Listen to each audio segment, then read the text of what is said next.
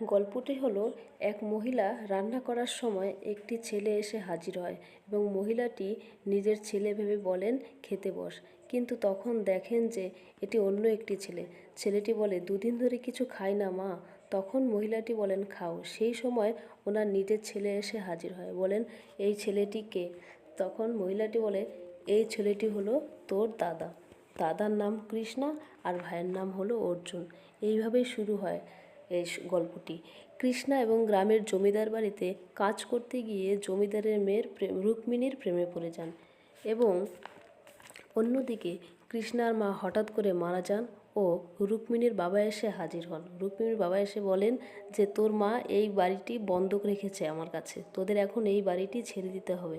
ঠিক সেই সময় ভগবানের মতো এক জমিদার এসে ওদের সব পাওনা মিটিয়ে দেয় এবং উনি কৃষ্ণা এবং অর্জুনের মালিক হয়ে যান। কারণ উনি কৃষ্ণা এবং অর্জুনের দায়িত্ব নেন। এরপরে এক দুর্ঘটনায় কৃষ্ণা মালিকের প্রাণ বাঁচান এবং কৃষ্ণা আরও মালিকের কাছাকাছি সম্পর্কে জড়িয়ে পড়েন। কিছু বছর পর গ্রামে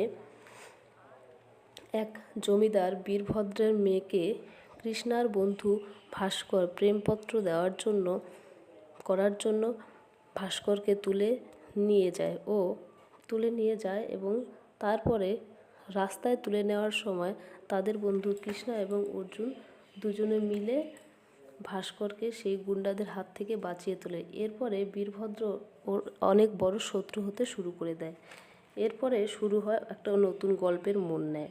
তারপর একদিন অর্জুনের বিয়েতে কৃষ্ণা এবং রুক্মিণীর সাথে আবার দেখা হয় ও রুক্মিণী কৃষ্ণাকে পরীক্ষা করার জন্য নানান রকম ভাত পাতা শুরু করে দেয় এবং তিনি ওকে পরীক্ষা করার জন্য মুভি দেখতে নিয়ে যাওয়ার নাম করেন এবং কখনো কখনো নতুন জামাকাপড় কিনে দিতে বলে ও কৃষ্ণা ও এইভাবে কৃষ্ণা এবং রুক্মিণীর প্রেম কাহিনীর শুরুর দিকে মোড় নেয় এবং রুক্মিণী কৃষ্ণাকে বলেন যে তুমি কি আমাকে ভালোবাসো? তখন কৃষ্ণা বলেন আমি তোমাকে সেই ছোটোবেলা থেকেই ভালোবাসি, তুমি আমাকে ভালোবাসো কিনা জানি না। তখন রুক্মিণী বলেন আমিও আপনাকে ছোটোবেলা থেকেই ভালোবাসি, কিন্তু বাবার কারণে সেটা আপনাকে কখনো বলা হয়ে ওঠেনি। এদিকে রুক্মিণীর বাবা কৃষ্ণার মালিকের ছোট ছেলের সাথে রুক্মিণীর বিয়ে ঠিক করেন এবং সেই সময় কৃষ্ণ ও রুক্মিণীর তার মালিকের বাড়িতে হাজির হন এবং এই ঘটনার পর রুক্মিণীর বাবা বাড়ি এসে রুক্মিণীর সাথে তর্কাতর্কিতে জড়িয়ে পড়েন এবং তর্কাতর্কিতে জড়িয়ে পড়ার এক সময় এসে রুক্মিণীর বাবা তার সামনেই আত্মহত্যা করেন। এখানেই রুক্মিণী এবং কৃষ্ণার গল্পটা মোটামুটি শেষের দিকে।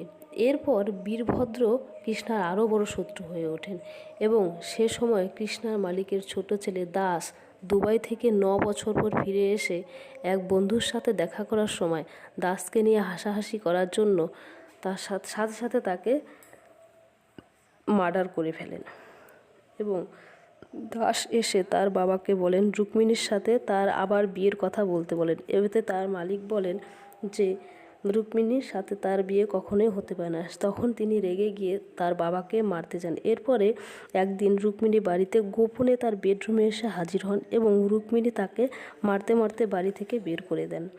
সেই সময় অর্জুন এসে আবার দাসের গায়ে হাত তোলেন এবং দাস হলো তার মালিকের ছোট ছেলে। তারপর গ্রামের সকলের সামনে দাসকে অর্জুন মেরে তাড়িয়ে দেওয়ার সময় দাসের অনেক প্রেস্টিজে লাগে এবং ও মনে মনে ভাবে এই কৃষ্ণ এবং অর্জুন দুই ভাইকেই মেরে ফেলতে হবে। সেই জন্য দাস তারপর একদল গুন্ডা ভাড়া করেন এবং কৃষ্ণ অর্জুনকে মারার জন্য সুপারি দেন, কিন্তু গুন্ডারা তাদের সুপারি নিতে কখনোই রাজি হয় না। তারপর একদিন কৃষ্ণা রুক্মিণীকে বলেন তুমি আমাকে বিয়ে করে নাও, হতে পারে তোমার বাবা আমাদের বাচ্চার মাধ্যমে ফিরে আসতে পারে।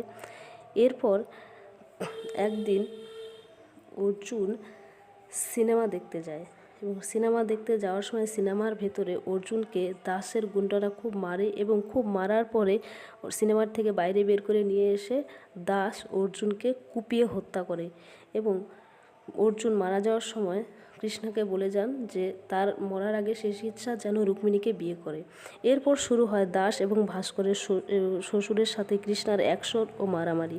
সেখানে কৃষ্ণা দাসকে হত্যা করেন এবং খুব খারাপভাবে হত্যা করার পর কৃষ্ণা তার মালিকের কাছে গিয়ে হাজির হন এবং মালিককে গিয়ে বলেন যে আমি আপনার ছোট ছেলেকে মেরে ফেলেছি এবং আমাকে ক্ষমা করে দিন, কিন্তু ও আমার ভাইকে মেরে ফেলেছে, তাই আমি ওকে মেরে ফেলেছি। সেই সময় কৃষ্ণা ওর মালিকের গলা জড়িয়ে ধরার সময় ওর মালিক খুব চালাকের সাথে তাকে তার পেটে ছুরি দিয়ে আঘাত করেন। 3বার ছুরি দিয়ে আঘাত করার পর কৃষ্ণা মাটিতে নেতিয়ে পড়েন এবং নেতিয়ে পড়ার পর অর্জুনের কথা রাখতে রুক্মিণী এবং কৃষ্ণা বিয়ে করেন। বিয়ে করার কিছু বছর যাওয়ার পর ওদের একটি ছেলে হয় এবং ছেলের নাম রাখে অর্জুন। এটি হলো এই মুভির সারমর্ম।